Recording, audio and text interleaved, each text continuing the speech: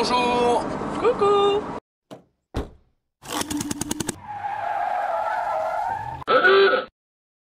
Donc je viens de trouver les limites de la van life. Alors je vais vous expliquer ça vite fait.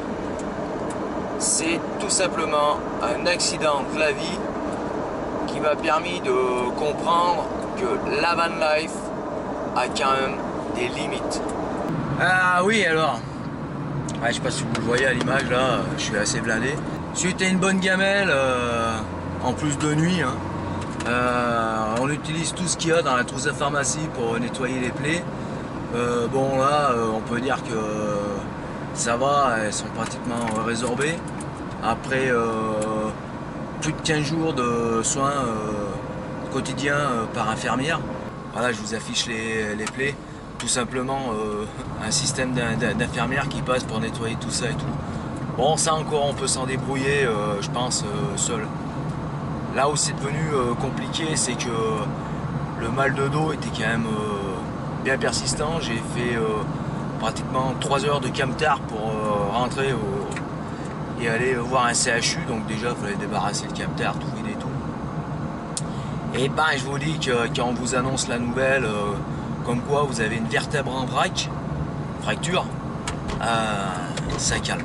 De la mise en place d'un corset bétonné. Alors pour rentrer déjà dans le camtar, bonjour, et pour tout le reste, c'est même pas la peine d'y penser.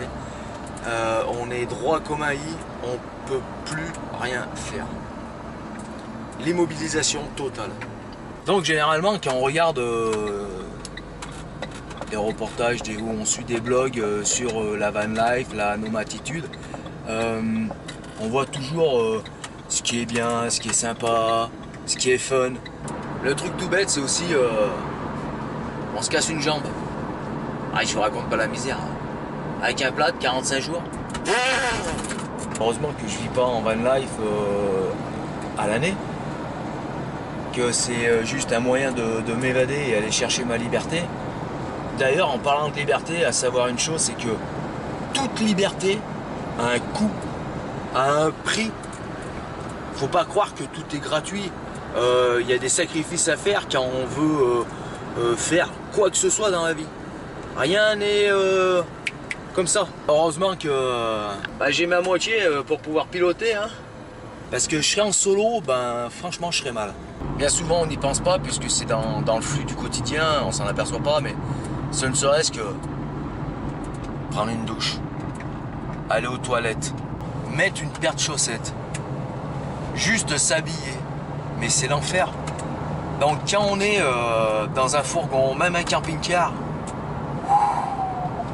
je peux vous dire que là on se sent vraiment handicapé, réduit, anéanti.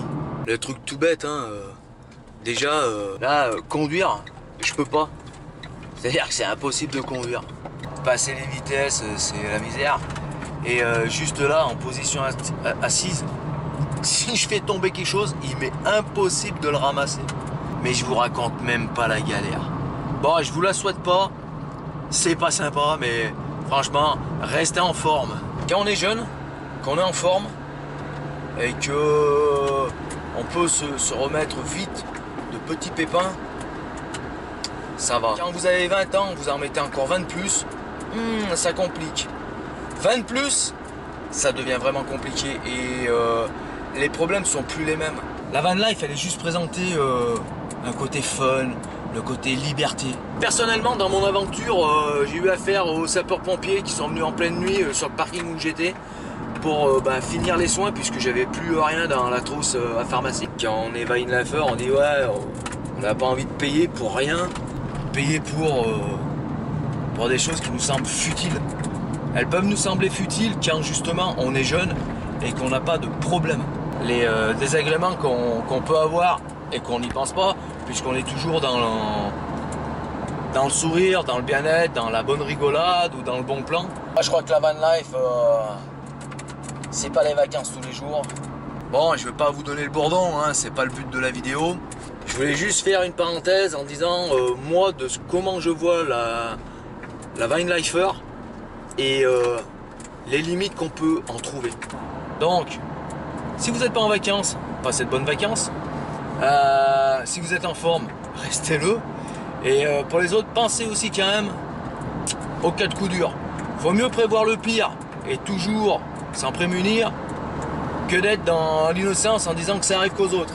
Allez, je vous la souhaite bonne et longue et surtout, amusez-vous. Ciao, ciao! Ciao!